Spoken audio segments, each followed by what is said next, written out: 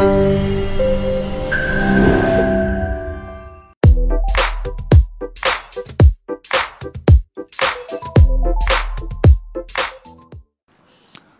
frères, chères sœurs, je ne suis pas surpris par votre présence importante aujourd'hui.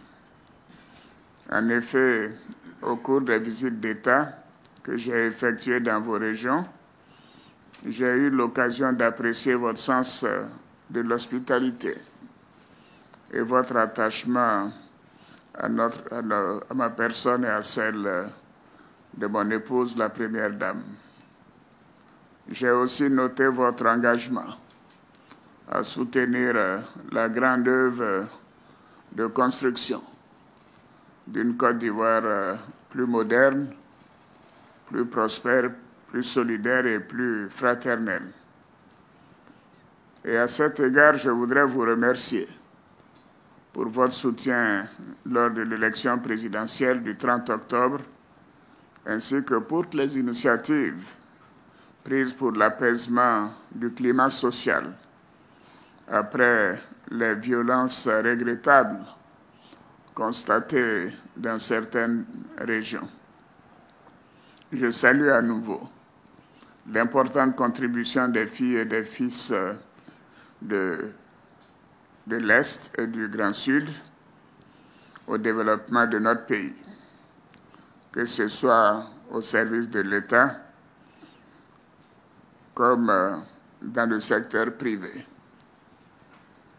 L'une de vos régions nous a donné un homme compétent, de grande loyauté et d'un grand dévouement au service de l'État, un acteur de développement local au contact de nos populations, particulièrement la région de Lamé.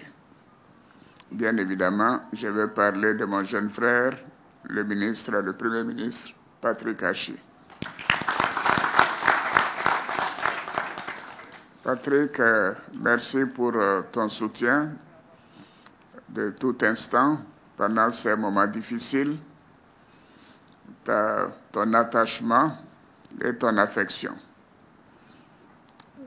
Évidemment, c'est en raison des qualités de Patrick que je l'ai nommé d'abord comme ministre des Infrastructures économiques de 2011 à 2017.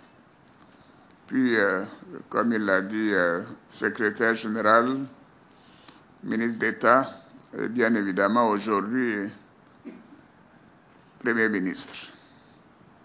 Je me souviens encore à Accra, quand nous discutions de la reprise de l'activité gouvernementale après la démission de certains ministres, il avait été proposé que Patrick soit envoyé au Canada comme ambassadeur pour permettre un dénouement du blocage que nous avions. Je me suis interposé et j'ai indiqué à mes homologues qu'il n'en était pas question, que Patrick était trop compétent pour l'éloigner au moment où nous étions en train de reconstruire notre pays. Je suis content de l'avoir fait parce que c'est comme cela que Patrick a pu regagner le gouvernement et continuer ce travail important dont nous sommes tous très fiers. Patrick m'a donné pleinement satisfaction dans la conduite de nos projets de développement. Je crois le premier exemple est à côté, avec le pont Henri Konan Bédié, juste derrière vous. C'était donc tout naturellement qu'après la disparition brutale du Premier ministre Ahmed Bakayoko, que mon choix s'est porté sur Patrick pour conduire l'action gouvernementale.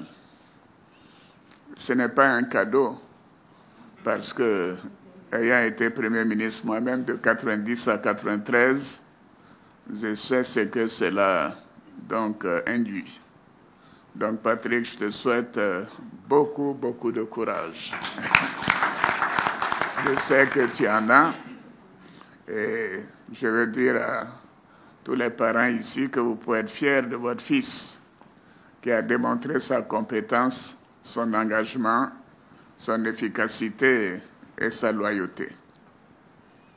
Chers parents, chers frères et sœurs, un autre de vos fils a également démontré ses grandes qualités professionnelles et humaines dans ses précédentes fonctions au gouvernement, ce qui lui a valu d'être nommé président du Conseil économique, social, environnemental et culturel. Il s'agit bien évidemment du docteur président Eugène Akaawele. Eugène est un homme de grande valeur que je félicite à nouveau pour les importants efforts déployés dans la gestion rigoureuse de l'épineux dossier de la COVID-19. Quand j'ai demandé à Eugène d'accepter le poste de président du Conseil économique, social, environnemental et culturel, je lui ai dit la chose suivante. J'ai dit, Eugène, tu fais un excellent travail au ministère de la Santé. Et malgré les critères que nous avons arrêtés, tu aurais pu continuer. Mais j'ai dit, c'est moi qui te demande d'accepter d'aller au Conseil économique et social. Je dis parce que tu vois, il y a deux de mes proches du Sud Comoé qui m'ont rendu leur démission à un moment critique de l'évolution de notre carrière politique. Et bien sûr, je ne l'avais pas accepté, mais malheureusement, ils l'ont fait. Et j'ai dit à Eugène, je ne voudrais pas qu'au Sud Comoé, on pense que cela me pose un problème. Malgré cela, ce sont des personnes qui demeurent mes frères, et je dirais même des amis. Donc j'ai remercié Eugène d'avoir accepté d'aller au Conseil économique et social parce que cela me soulageait moi-même, parce que je ne voulais pas qu'on pense que je suis un ingrat. Donc merci encore Eugène d'avoir accepté. Je voudrais dire que, évidemment, le Conseil économique et social a eu une longue période de silence. Et j'ai demandé au Premier ministre de vous donner tous les moyens pour accomplir votre mission.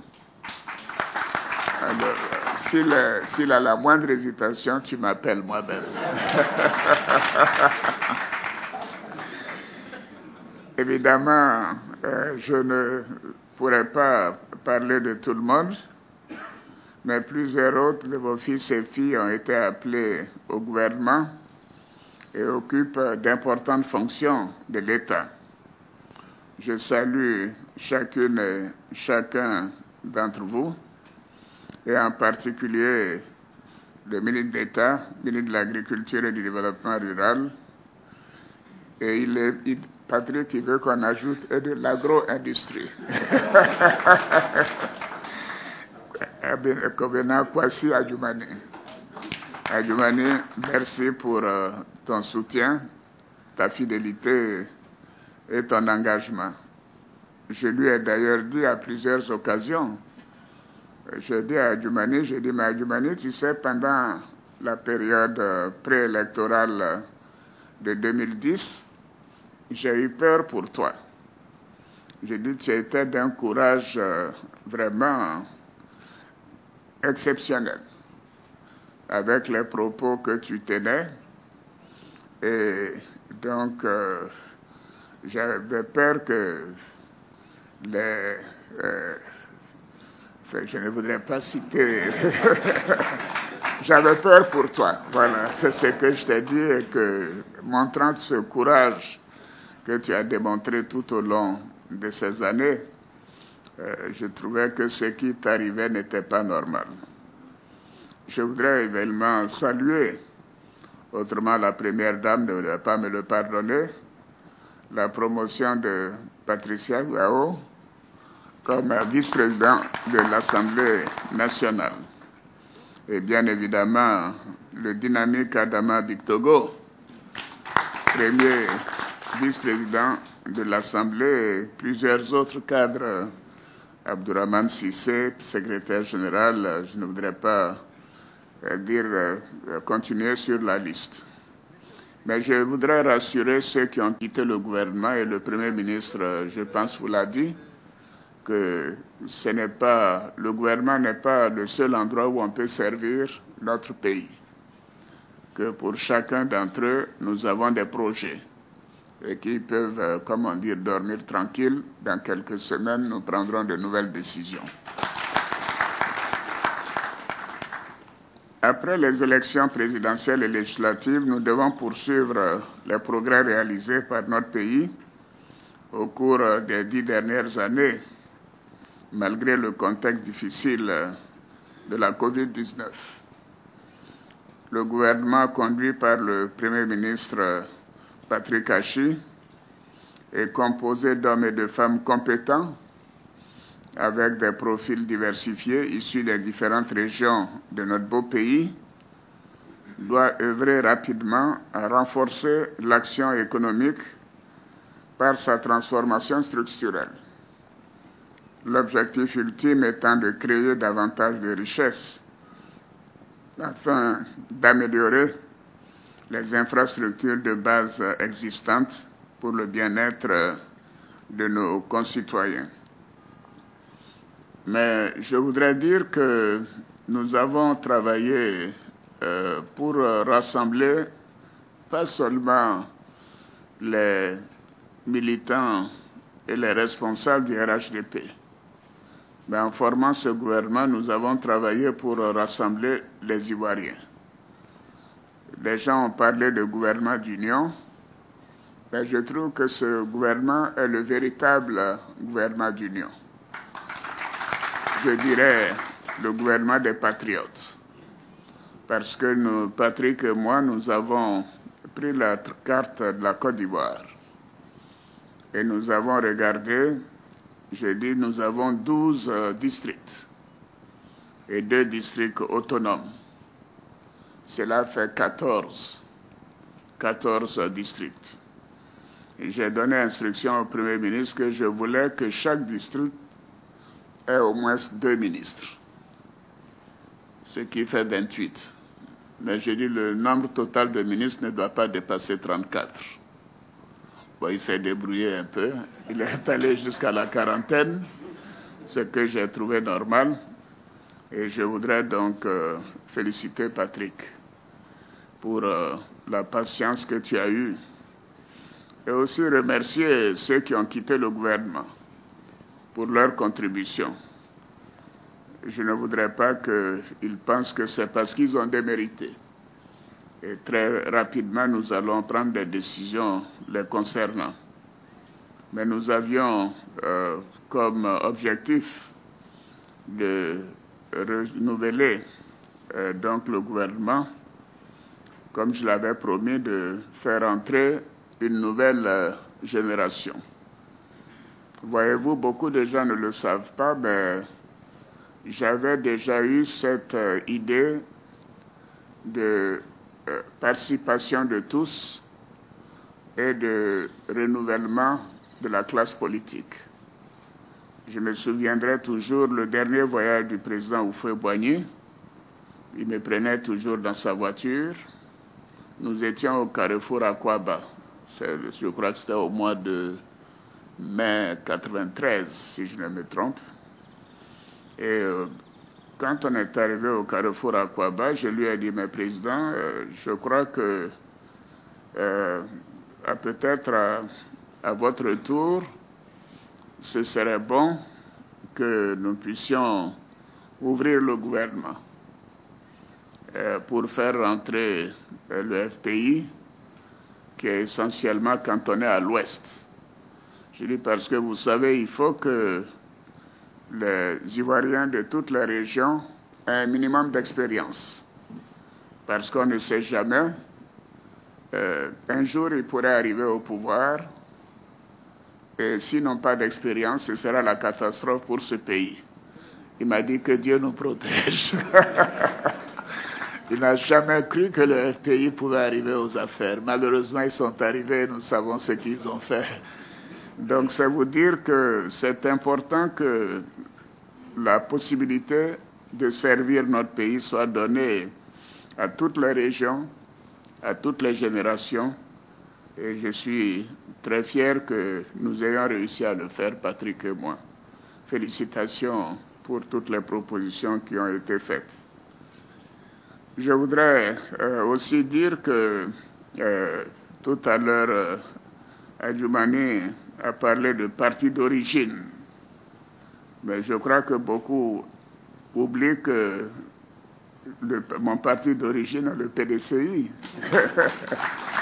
Puisque j'étais le numéro 2 du PDCI, du temps du président Houphouët, et tout le monde connaissait ma proximité avec le président Philippe Grégoire Yassé.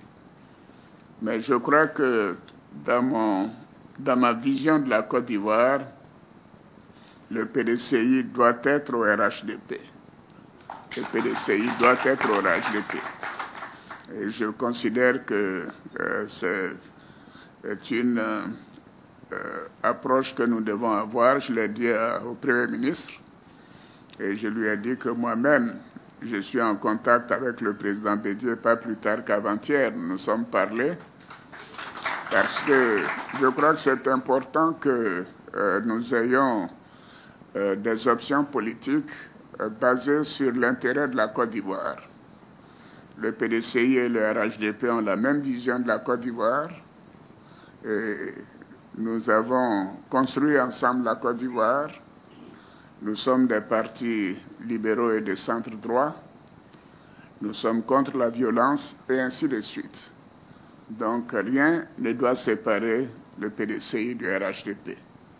J'ai dit à Patrick Hachi que c'est une tâche que je lui confie, de travailler au rapprochement entre le RHDP et le PDCI, parce que c'est de l'intérêt national. Et je sais que je peux compter sur le Premier ministre et tous ceux qui sont présents. Et je voudrais profiter en quelques mots, rendre hommage aussi à mon frère de la BCEAO, l'inspecteur général Awandoli, pour le compagnonnage, la confiance et tout ce qu'il a fait, surtout au cours des 12 derniers mois. Je crois que lui et moi, nous nous comprenons. Voilà. Merci beaucoup. Et je sais que la grande chancelière n'est pas là, notre Tanti, qui est évidemment également du Sud, du Grand Sud. Et je voudrais que vous puissiez lui transmettre toute notre affection et toute notre gratitude pour tout ce qu'elle a subi et tout ce qu'elle a accepté de faire pour notre beau pays, et le soutien et l'affection qu'elle nous porte à la Première Dame et à moi-même. Je vais conclure en vous remerciant encore, chers frères et sœurs, chers parents, en disant à quel point je suis touché par cette démarche. Et je souhaite que la Côte d'Ivoire continue en paix. Et comme vous le savez, nous avons donc engagé un processus de réconciliation renforcé. C'est pour cela que nous avons un ministre chargé de la réconciliation à qui j'ai parlé encore cet après-midi, parce qu'il y a un certain nombre de compatriotes qui étaient au Ghana, je crois qui arrivent demain, et qui avaient peur d'être arrêtés à l'aéroport. Je lui ai dit de leur dire qu'il n'y a pas de problème. On leur a dit qu'ils peuvent rentrer, ils peuvent rentrer. Comme je l'ai indiqué pour Laurent Gbagbo, qui peut rentrer à tout moment. Et par conséquent, je voudrais que l'on sache que cette volonté de réconciliation et de retour au pays doit être donc connue de tous. Que la Côte d'Ivoire tient à cette dernière étape, qui est la vraie réconciliation, des fils et des filles de notre pays, mais en même temps dire qu'il est important que les gens arrêtent de penser que c'est par la violence et les coups de force ou les coups d'État qui peuvent arriver au pouvoir. La Côte d'Ivoire est maintenant bien organisée au plan sécuritaire et au plan de la défense. Aujourd'hui, je le disais au Premier ministre que cette année, la sécurité et la défense sont mes priorités. Et donc, aucun coup de force ou de violence ne peut prospérer dans ce pays. Donc, je voudrais que l'on revienne à ce que notre pays a été pendant des décennies avec le président Félix Houphouët-Boigny. Mais ceci étant, je voudrais vraiment que l'on sache que nous prenons l'engagement de continuer de renforcer la réconciliation. Parce qu'il n'y a pas de raison que nous ne soyons pas réconciliés. Cette crise a été terrible pour certains d'entre nous qui avons été à côté à l'hôtel du Golfe pendant 4 mois et demi, sans compter ceux qui ont perdu la vie. Mais je crois que l'on doit savoir pardonner et l'on doit savoir passer à autre chose. Donc je voudrais vous terminer en vous remerciant à nouveau, en vous souhaitant une très bonne soirée et en vous demandant de dire à toutes les populations du Grand Sud et de l'Est toute ma gratitude.